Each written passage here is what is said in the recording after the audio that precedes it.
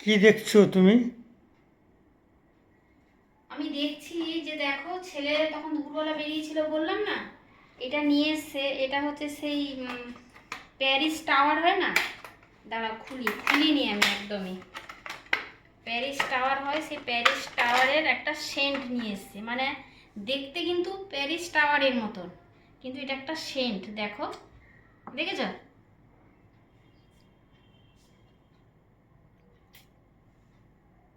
আহ, কি সুন্দর গন্ধ দেখো।